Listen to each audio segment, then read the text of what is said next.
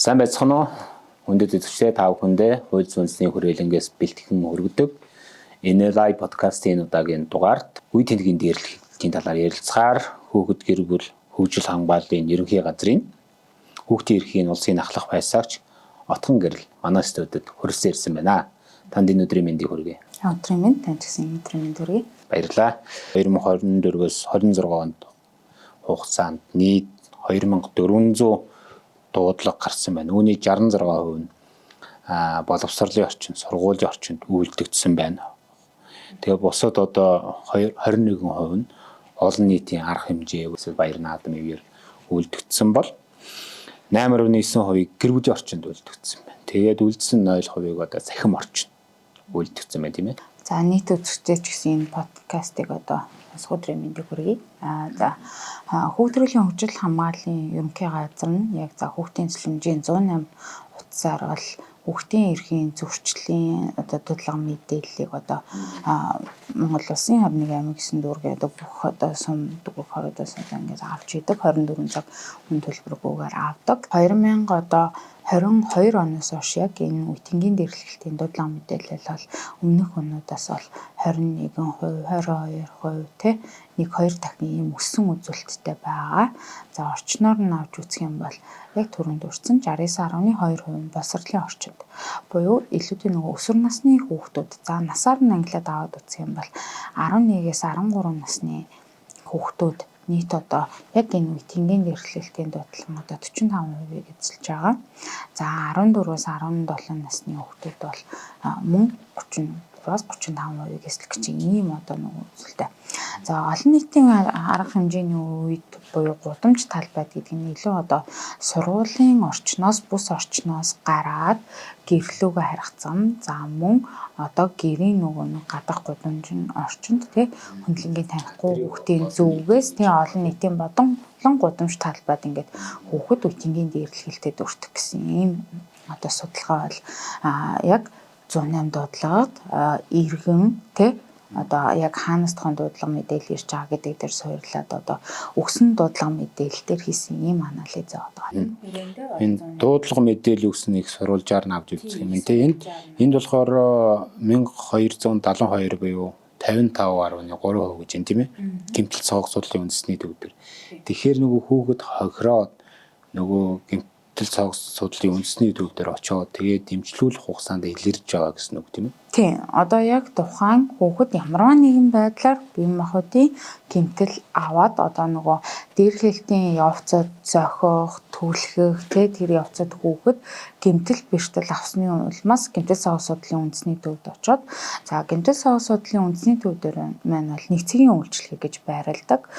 Шатанд хүүхэд ямарваа нэгэн одоо хүүхдийн эрхийн зөрчлийн одоо гэмтэлд өртсөн тохиолдолд шууд одоо мэдээлэх. За мөн гэр бүлийн хүчирхийлэлд одоо өртөөд хохирсон тохиолдолд ийм мэдээлж одоо үйлчилгээ үзүүлэхтэй ийм нэгцгийн үйлчлэгээний төв ажилладаг. Тэр төв дээр очихоор одоо жишээлбэл иргэд бид нар гэмтэл цогц судлалын үндэсний төв дээр очихоор мэдээж ачаалал маш их байдаг шүү дээ. Ер нь ачаалал их үүрдэг эмнэлэг байна. Энэ хүүхэд үе тэнгийн дээрлэхэлтэнд юм уу эсвэл ямар нэгэн хүчирхийлэлд автсан байна. Хүүхдийн асуудал одоо бид нар автобусанд явахдаа ч юм уу энэ тэнд явахдаа олон нийтийн газар ахмад настай хүмүүсөө хүндлээд та миний урд орчих энэ судал суучих гэдэг шиг хүүхдүүдэд тэгж арай өөр ингэж үйлчлэгээ үзүүлэх тийм боломж нь байгаа юу. Тийм энийг одоо хуулиар зохицуулахгүй ч гэсэн бас нийгмийн бас нэг твшилттэй соёл бас байж болох юм тийм ээ. Эрсдэл хүүхд хамгааллын тухай хууль дээр заасан эрсдэл нөхцөлт хүүхэд гэж юм бэ гэж басан байдаг. Энэ нь болохоор за мэдээж гэр бүлийн хүчирхийлэл за альва хүүхдийн эсрэг хүчирхийлэлд өртсөн хүүхдийг эрсдэл нөхцөлт хүүхэд гинэ гэдэг одоо дүр зүйл дээр заасан байдаг. Үүн дагуу эрсдэл нөхцсөн хүүхдэд бол эрүүл мэндийн болон боловсролын үйлчлэгийг тэгш түргэн шуурга хүргэх гэсэн юм байна. Хүүхд хамгааллын хууль дээр заасан юм тусгай заалт одоо юмнуудтай байгаа. Энэгээрээ бол нөгөө салбар болгон үүрийн гэсэн үүрэг хариуцлагыг хүлээдэг. За тэр дундаа эрүүл мэндийн байгууллага маань бол яг хүчирхийлэлд өртөж ирсэн хүүхдүүд бол нин даруй одоо шуурхай үйлчлэгээ үзүүлэх за мөн хүүхдийн нууцлалыг хадгалж ажиллах гэсэн ийм одоо үүрэг хүлээдэг гэсэн. Яагаад гэвэл хүүхэд учраас тийм ээ тэр ч одоо аав ээж мэдээж тэр хүүхдийг эмнэлэг рүү дагуулж очих эсвэл тэр хүүхэд өөрөө зориглож очих чинь шал өөр асуудал тийм ээ. Ер нь ингээд үлдсэн 488 буюу 21.2% эцэг эхчүүд өөрсдөө одоо чи яасан ийсэн ингээд идрүүлдэг юм байна. Ерөнхийдөө бол одоо хүүхд төрлийн хөгжил хамгааллын ерөнхий газраас 2024 онд яг энэ сүүлийн 5 жилийн дуудлага мэдээлэл дээр бол анализ хийсэн байдаг. За энэ яг дуудлага мэдээллийг хэн өгöd байгаа. За тэгээд дээрэс нь яг энэ хүүхдийн эсрэг хүч хэрхэлэл бол юунаас олж үүсэт байна гэдэг зүйл дээр бол суур ингээд өгсөн одоо нийт эрсдэл нөхцөл дөх шилжүүлсэн дуудлага дээр ингэж нөгөө төвөр байдлаар авч анализ хийсэн байдаг. За үүнээс ингээд харахад бол яг за хүүхдийн эсрэг хүч хэрхийлэл юунаас болж үүсэт байна гэдэг дээр бол мэдээж гэр бүлийн орчин бол нэгдүгээрт гарч ирсэн. За хоёрдугаарт нь бол амжиргааны баталгаажих төвшнгөөс даавар орлоготой гэр бүлийн хүүхдүүд гэж гарч ирсэн. За гуравдугаарт нь бол яг энэ үеийнгийн дээрлэхээлт одоо хүч хэрхийллүүнээс болж үүсэт байна гэхээр бид нар нөгөө томчууд бид нар хүүхдийн тойл гэж ярьдаг тийм үү.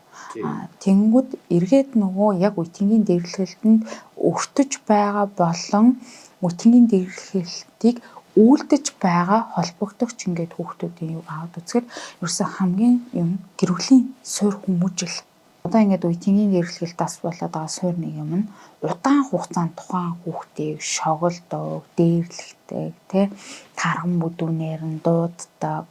За ямарваа нэгэн байдлаар хэрэгцээ, тусгай хэрэгцээт тэ шаардлагатай хүүхдээ байх юм бол тэрэн дээр нь өрөөлж ялварлан гадуурхдагч гэдэг юм аа. Гэр бүл салж болно, нээлж болно, эцэг эхийн аль нэг нь бурхан болж болно тэ.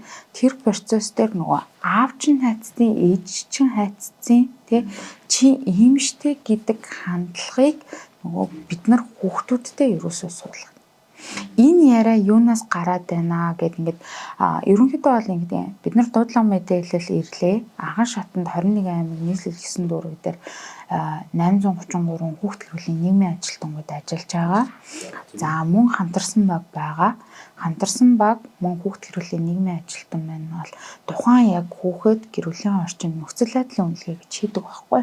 За ингээд тухайн хүүхдийн амьдралын төвийн торын судална тий тухайн хүүхэд яагаад дээрлэхэлтэнд өртсөн гэдэг суурийн судална яагаад өртүүлсэн гэдэг ингээд үзэхээр ерөөсөө л тэр нөгөө суур хандлага үзэл бодлыг бид нар хүүхдүүдтэй төлөвшүүл.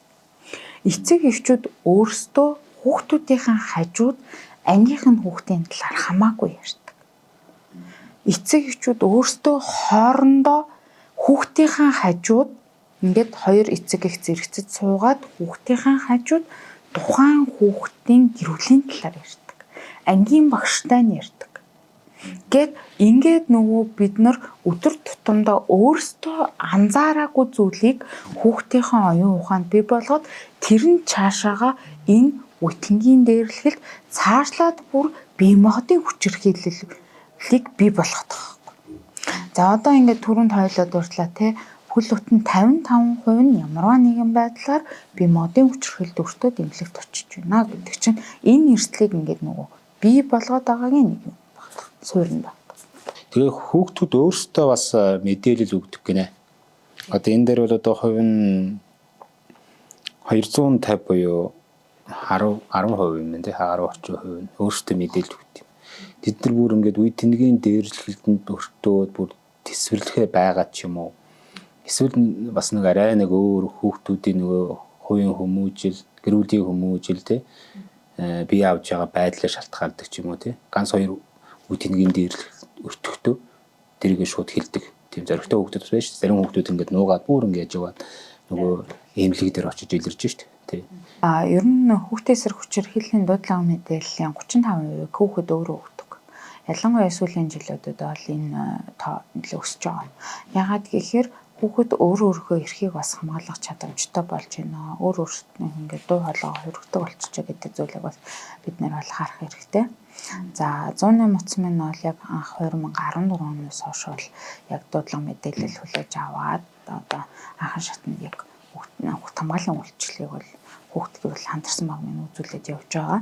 За яг энэ үеийнгийн дээрлэгээл за найз нөхдийн харилцаатай холбоотой зөвлөгөө мэдээллийг бол хүүхдүүд минь бол өөрсдөө маш их залгаж авдаг. За би гэхэд яг өөрөө 108 утсан дээр бол яг 2 жил яг тэнд удирдлагын тушаалтнаар ажилласан. Тэгэхэд бол яг хүүхд өөрөө залгаад ер нь нөхөрлөл гэж яг юу юм бэ те? Найзлан гэж яг юу юм бэ? Би ингээд нэг найзаагаа ингээд гондоочихсан юм аа. За эсвэл ингээд манай найз намайг ингээд гондоогоод ах юм аа. Надад ингээд найз гिचээд надад нэг ийм үг хэлээд ах юм аа. Энэ яг хөрлөл мөн үуч гэдэг юм уу? Ийм байдлаар бас маш олон хүмүүс бол холбогддог. За мөн гэр бүлийн харилцааны ч зөвлөгөө мэдээлэл хүүхэд бас өөрөө холбогдоод зөвлөгөө мэдээлэл ингээд авдаг. Тэнгүүд яг бид нарын зүгээс бол яг хөрлөл гэдэг чинь тий нэг нэгний дэмжиж урамшуулах ирээдүйнхэн зорилгын төлөө хамтдаа тэмүүлэх юм бас нэг суурин шүү дээ.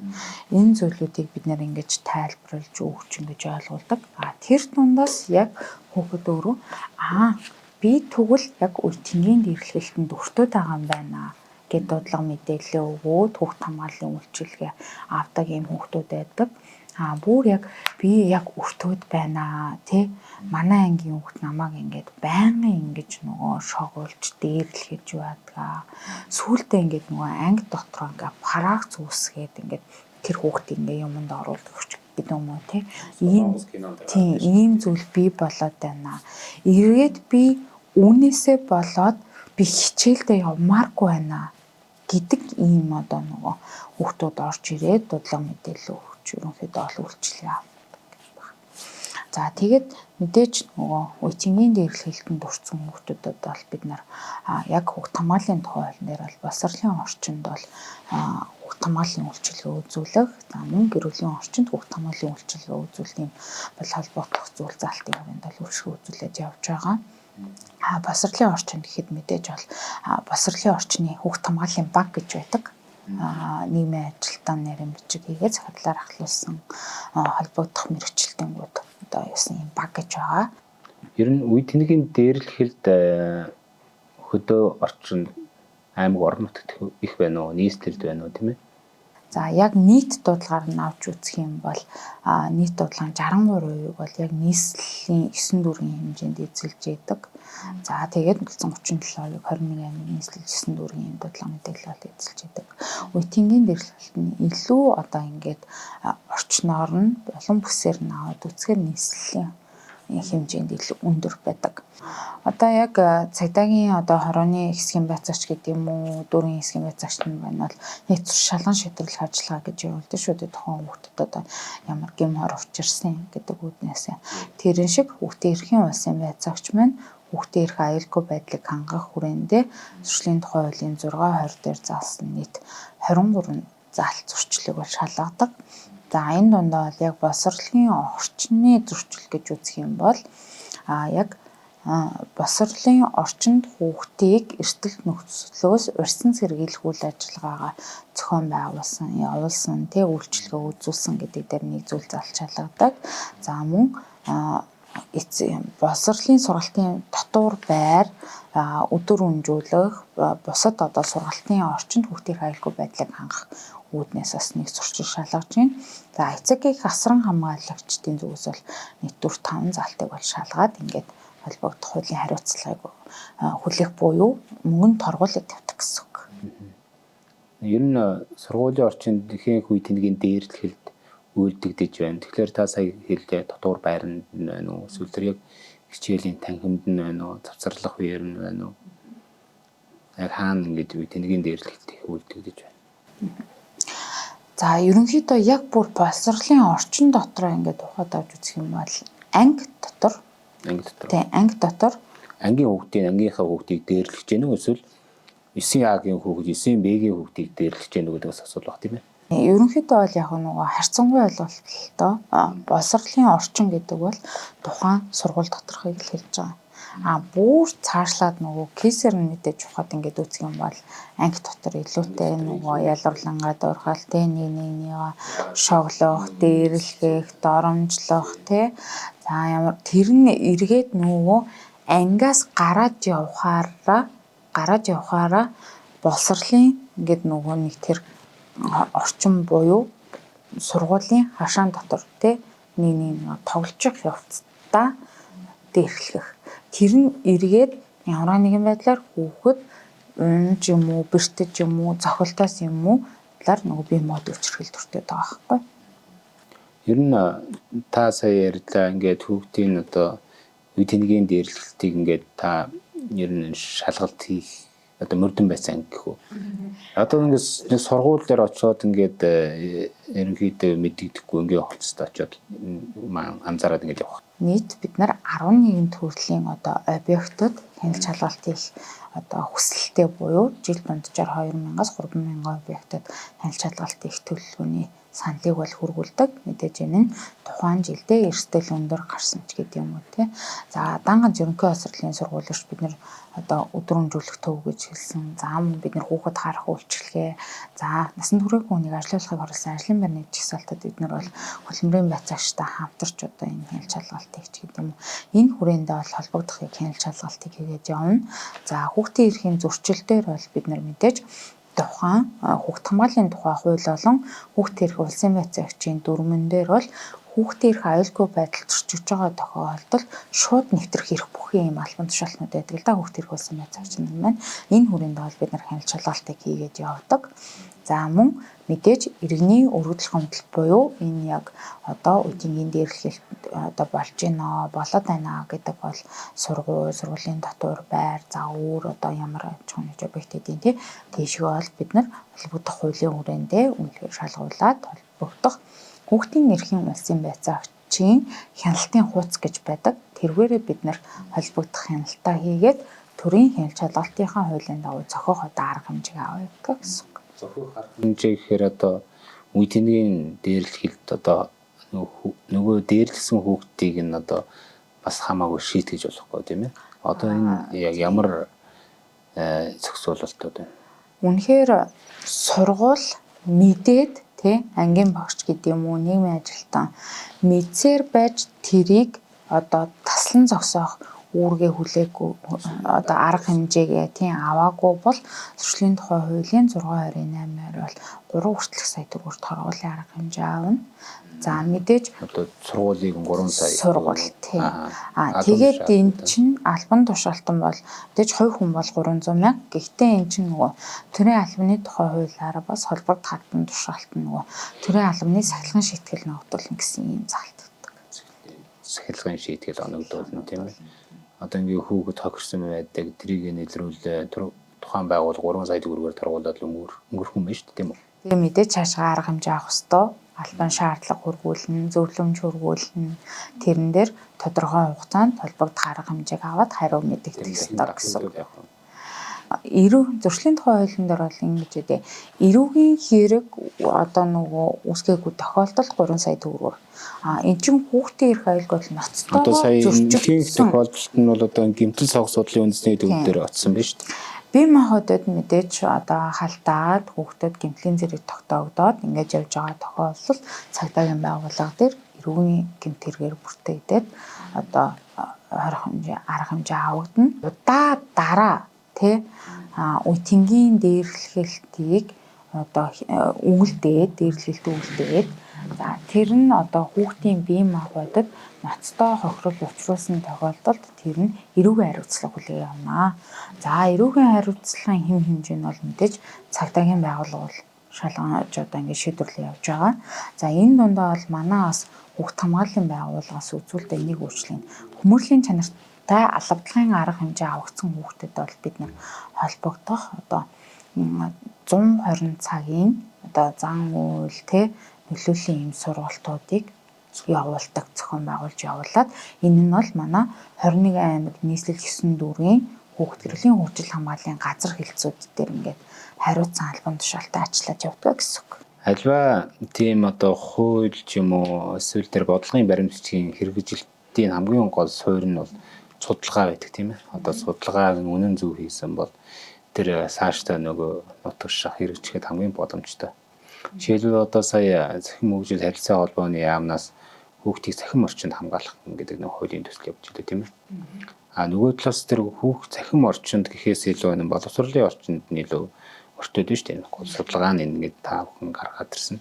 тэр сахим орчныг яг хуу эцгийнхэн хийнах тэр одоо бусад тэр хуулиас илүү юуг ингээд програм болоо техникийн боломж нөхцөлийг бол тэр бусад одоо YouTube, цувг, Facebook орчинд бол бид нар өөрсдөө хэн чадвар тэрийг нь тохиргоог нь хийж штэ тийм ээ програмаар ч юм уу. Тэгэхээр энэ боловсролын орчинд хамгаалах нь хамгийн чухал юм байна тийм ээ. Яг өнөөдрийн бидний яригдсан тоо баримтны нь яг манай байгууллагаас гарч байгаа яг түрүүн хэлсэн 108 нэрж байгаа дуудлага мэдээлэл дээр хийсэн анализ судалгаа 108 дээр ах дуудлага мэдээлэл бол бид нэр сар улирал ингэж гаргаж олон нийтэд мэдээлж явдаг. За энэний дагуу буцаад мэдээж хүч хамгааллын үйлчлэгийг бол ингээд үзүүлэгдэж явдаг.